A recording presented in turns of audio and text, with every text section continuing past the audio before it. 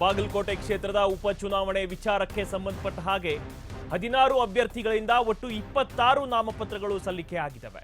ಚುನಾವಣಾಧಿಕಾರಿ ಸಂತೋಷ್ ಜಗಲಾಸ್ಕರ್ ಅವರು ಮಾಹಿತಿಯನ್ನು ನೀಡಿದ್ದಾರೆ. ಬಿಜೆಪಿಯ ವೀರಣ್ಣ ಚರಂತಿಮಠ ಅವರು 3 ನಾಮಪತ್ರವನ್ನು ಸಲ್ಲಿಕೆ ಮಾಡಿದ್ರೆ, ಕಾಂಗ್ರೆಸ್ ಪಕ್ಷದ ಉಮೇಶ್ ಮೇಟಿ ಅವರು 4 ನಾಮಪತ್ರವನ್ನು ಸಲ್ಲಿಕೆ ಮಾಡಿದ್ದಾರೆ. ಪಕ್ಷೇತರ ಅಭ್ಯರ್ಥಿ ಶಿವಪ್ಪ ಪಡಸಲಗಿ 2 ನಾಮಪತ್ರ ಸಲ್ಲಿಕೆಯನ್ನು ಮಾಡಿದ್ದಾರೆ.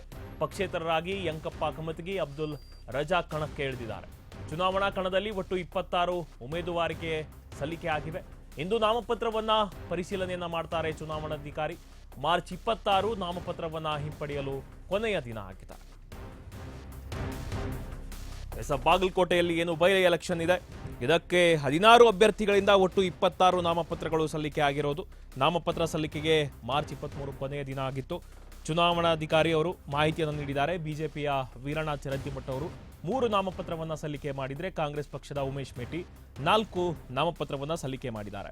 ಈ ಚುನಾವಣೆಯಲ್ಲಿ ಅಭ್ಯರ್ಥಿಗಳು ಒಂದಕ್ಕಿಂತ ಹೆಚ್ಚು ನಾಮಪತ್ರಗಳನ್ನ ಯಾಕೆ ಸಬ್ಮಿಟ್ ಮಾಡ್ತಾರೆ ಅಂದ್ರೆ ತಾಂತ್ರಿಕ ತಪ್ಪುಗಳಿಂದ ರಕ್ಷಣೆಯನ್ನ ಮಾಡಿಕೊಳ್ಳೋದಕ್ಕೆ. ಒಂದು ನಾಮಪತ್ರದಲ್ಲಿ ಸಣ್ಣ ಅಕ್ಷರ ಆಗಿರ್ಬೋದು, ದೋಷ ಆಗಿರ್ಬೋದು, ಸಹಿ ತಪ್ಪಾಗಿರ್ಬೋದು, ದಾಖಲೆಗಳ ಕೊರತೆಯಿಂದಾಗಿ ಅದು ತಿರಸ್ಕೃತ ಆಗ್ಬಿಟ್ರೆ ಮತ್ತೊಂದು ನಾಮಪತ್ರ ಚಾಲ್ತಿಯಲ್ಲಿರುತ್ತೆ. ಒಬ್ಬ ಅಭ್ಯರ್ಥಿಯು ಗರಿಷ್ಠ 4 ಸೆಟ್ ನಾಮಪತ್ರಗಳನ್ನ ಸಲ್ಲಿಸಲು ಅವಕಾಶವಿದೆ. ಇನ್ನು ಡಮ್ಮಿ ಅಭ್ಯರ್ಥಿಗಳ ನಿಯೋಜನೆಯನ್ನು ಕೂಡ ಮಾಡ್ತಾರೆ. ಕೆಲವೊಮ್ಮೆ ಪ್ರಮುಖ ಅಭ್ಯರ್ಥಿಯ ನಾಮಪತ್ರ ಯಾವುದಾದರೂ ಗಂಭೀರ ಕಾರಣಕ್ಕೆ ರದ್ದಾದರೆ ಅದೇ ಪಕ್ಷದ ಮತ್ತೊಬ್ಬರು, ಸಾಮಾನ್ಯವಾಗಿ ಅವ್ರ ಕುಟುಂಬದವರೇ ಇರ್ತಾರೆ ಅಥವಾ ನಂಬಿಕಸ್ಥರಿರ್ತಾರೆ. ನಾವು ದಾವಣಗೆರೆಯಲ್ಲಿ ನೋಡೋದಾದ್ರೆ ಇವತ್ತು ಬೆಳಗ್ಗೆ ತಾನೇ ನೋಡಿದ್ವಿ ಸುದ್ದಿಯನ್ನ. ಯಶವಂತ್ ಜಾಧವ್ ಅವರು ಕೂಡ ನಾಮಪತ್ರ ಸಲ್ಲಿಕೆಯನ್ನ ಮಾಡಿದ್ದಾರೆ. ಆಲ್ರೆಡಿ ಅಲ್ಲಿ ಶ್ರೀನಿವಾಸ್ ದಾಸಕರಿಯಪ್ಪನವರು ಇದ್ರೂ ಕೂಡ ಅವರು ಒಂದು ನಾಮಪತ್ರವನ್ನು ಸಲ್ಲಿಕೆಯನ್ನ ಮಾಡಿದ್ದಾರೆ. ಯಾಕಂತಂದ್ರೆ ಯಾವುದಾದ್ರೂ ಒಂದು ಪ್ರಮುಖ ಕಾರಣಗಳನ್ನ ಇಟ್ಕೊಂಡು ಆ ಒಂದು ನಾಮಪತ್ರ ರದ್ದಾದ್ರೆ ಮತ್ತೊಬ್ಬರು ಆ ಅಭ್ಯರ್ಥಿಯಾಗಿ ನಾಮಪತ್ರವನ್ನ ಸಲ್ಲಿಸಿರ್ತಾರೆ.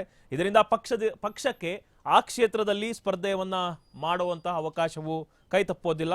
ಇನ್ನು ಪಕ್ಷದ ಬಿ ಫಾರಂ ಗೊಂದಲವನ್ನು ಕೂಡ ಸಿಗದಿದ್ರೆ, ಅದರಲ್ಲಿ ತಾಂತ್ರಿಕ ತೊಂದರೆ ಆದರೆ ಸ್ವತಂತ್ರ ಅಭ್ಯರ್ಥಿಯಾಗಿಯೂ ಕೂಡ ಗುರುತಿಸಿಕೊಳ್ಳಲು ಹೆಚ್ಚುವರಿ ನಾಮಪತ್ರವನ್ನ ಸಲ್ಲಿಸ್ತಾರೆ.